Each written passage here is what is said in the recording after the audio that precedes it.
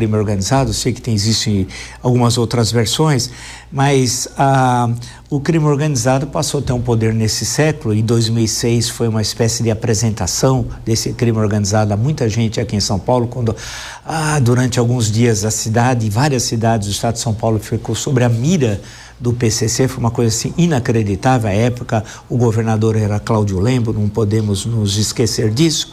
A situação, quer dizer, o que ocorreu na Praia Grande é uma espécie de um crime organizado dizendo o seguinte: nós estamos aqui, fazemos o que queremos, a hora que queremos e com quem queremos. Imagina como que deve ser a vida de um delegado. Eu estou falando assim num sentido, pode ser até primário, mas quando ele sai de casa com os seus familiares, e eu estou falando isso me estendendo a outros profissionais de segurança, falando com o senhor, porque o senhor é o presidente da Associação dos Delegados, e se volta ou não para casa. Que condições de segurança dá o Estado para aqueles que exercem o trabalho de segurança?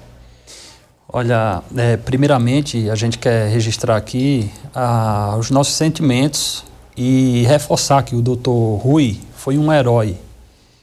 Combateu o crime organizado por 40 anos, aposentou-se, continuou trabalhando porque tinha necessidade de trabalhar para complementar a sua renda, mesmo tendo chegado ao mais alto posto da Polícia Civil, que é o cargo de delegado-geral da maior polícia do país, que é a Polícia Civil do Estado de São Paulo. Então, o Dr. Rui, ele foi um herói e, infelizmente, foi assassinado aí pelo crime organizado em razão da sua atividade. A situação precária de segurança do Dr. Rui é a mesma que todos os policiais enfrentam, eu acredito que no Brasil inteiro. Falando especificamente aqui de São Paulo, tudo que nós recebemos do Estado é uma arma e a autorização para arriscar a nossa própria vida. É isso que a gente recebe. Essa é a vida do policial. Então, e agindo, tendo que agir, colocando nossa própria vida em risco, né? Nós fazemos um juramento quando somos nomeados para um cargo, quando assumimos um cargo de policial, fazemos esse juramento para atuar mesmo com o risco da nossa própria vida. Portanto, nós temos situações precárias de atuação, nós temos uma pouca sensibilidade por parte do Estado, e aqui eu não me refiro apenas ao Estado de São Paulo. Essa é uma discussão que, após o assassinato do Dr. Rui, a gente está vendo ser travado aí no país inteiro, né? Diversos projetos de lei sendo protocolados lá no âmbito do Congresso Nacional, aqui também na Assembleia Legislativa do Estado de São Paulo, para trazer o mínimo de proteção para autoridades. E aqui não só policiais, membros do Ministério Público, autoridades que também militam na área da segurança pública. Então a gente precisa ter um olhar, uma sensibilidade, um tratamento diferenciado nessas circunstâncias, principalmente em casos em que você tem ali um risco evidente, né, factível de ser vitimado pelo crime, seja um crime organizado, seja um crime em menor escala. Portanto, é necessário que a gente tenha medidas efetivas, e isso não precisa ser apenas do ponto de vista legislativo, de lei primária, de projeto de lei. Eu venho defendendo pela Associação dos Delegados que a própria Delegacia Geral regulamente essa questão em âmbito de norma secundária, ou seja, uma portaria da Delegacia Geral, para que a gente tenha um protocolo para quando os policiais civis sofrerem qualquer tipo de ameaça, que possam trilhar um caminho, que saiba como pedir ajuda, né? E são medidas que são necessárias, são urgentes e que podem ser adotadas a qualquer momento. Basta a gente ter essa confluência de pensamentos e agirmos com equilíbrio. Doutor Liviano, o senhor é a favor da recriação do Ministério da Segurança Pública?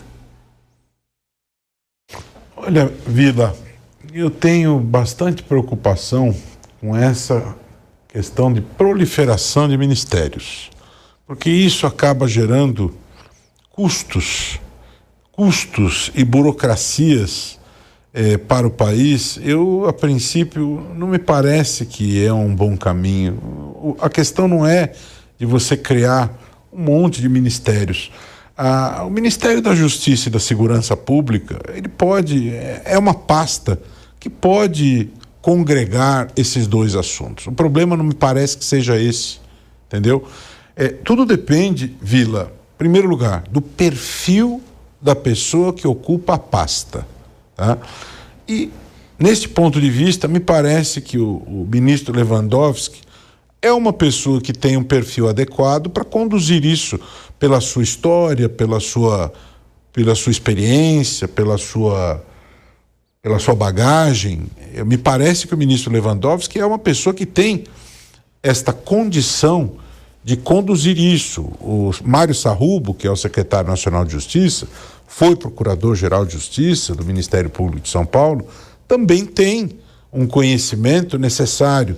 Então, o ponto não é de você dividir, porque me preocupa muito esta cultura que há no Brasil de você expandir, criar ministérios para acomodar a companheirada e criar custos, e essa conta cai nas costas do contribuinte brasileiro. O ponto não me parece que seja esse, Vila. Eu insisto no que eu disse no primeiro comentário. Você precisa investir em inteligência, você precisa investir em racionalização, você precisa investir em planejamento. No Brasil, não há a cultura do planejamento. No Brasil, nada é planejado. É tudo na base da correria, tudo na base do improviso, e aí paga-se o preço destas improvisações, né? Então, hoje, do jeito que as coisas funcionam, do jeito da estrutura que nós temos, nós poderíamos ter um outro resultado. O ministro da Justiça e Segurança Pública, ele pode convidar os secretários de segurança e pode construir estratégias extraordinárias para obter resultados. Ele tem que ter o necessário tirocínio para construir estes planos de ação e é necessário estabelecer este diálogo. Tem que haver clareza. O problema da criminalidade é um problema de todo o país e não pode haver individualismo, não pode haver egoísmo em relação a isso, tá certo? Tem que criar um sistema, tem que haver interoperabilidade dos sistemas, tá certo? Porque o crime é um problema nacional. O crime não é o crime de Sergipe, não é o crime do Rio Grande do Sul, não é o crime do Acre. O crime é um problema do Brasil.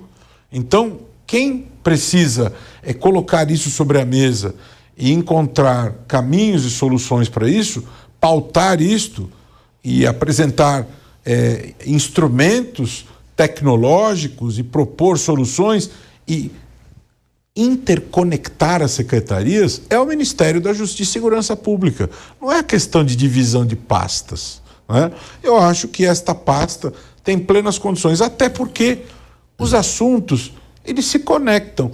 É até uma questão de eficiência você ter justiça e segurança juntas. Você pode ter mais eficiência reunindo as coisas numa pasta só. Vocês discordarem, pode qualquer, vocês vão dialogando sem nenhum problema aqui. Claudinho, eu queria concretamente assim,